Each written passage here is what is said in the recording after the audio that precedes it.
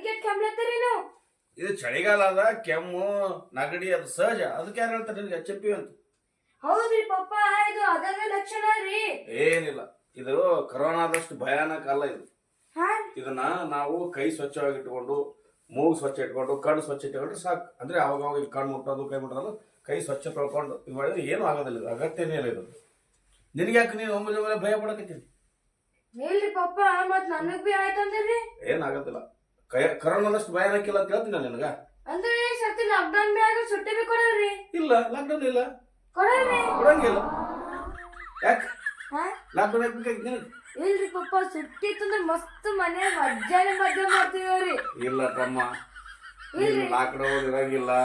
ನೀ ಆರಾಮಾಗಿ ಸ್ಕೂಲ್ಗೆ ಹೋಗಿ. ನೀ ಏನ್ ಮಾಡಿದಿ? ಸ್ಕೂಲ್ ಬಿಡ್ಬೇಕಂತ ಮಾಡಿದವಲ್ಲ ನೀನು? ಇಲ್ಲವೇ ಇಲ್ಲ. ನೀ ಆರಾಮಾಗಿರ್ಬೇಕು, ಸ್ವಚ್ಛವಾಗಿರ್ಬೇಕು. ಅಕಸ್ಮಾತ್ ಹಂಗೇನಾದ್ರು ವೈರಸ್ ಕಂಡು ಬಂತಂದ್ರೆ ಡಾಕ್ಟರ್ ಹತ್ರ ಹೋಗಿ ಅದ್ರ ಟ್ರೀಟ್ಮೆಂಟ್ ತಗೊಂಡು ಮನೆಯಾಗೆ ಇದ್ದುಕೊಂಡು ಆರಾಮಾಗಿರ್ಬೋದು. ಹಾ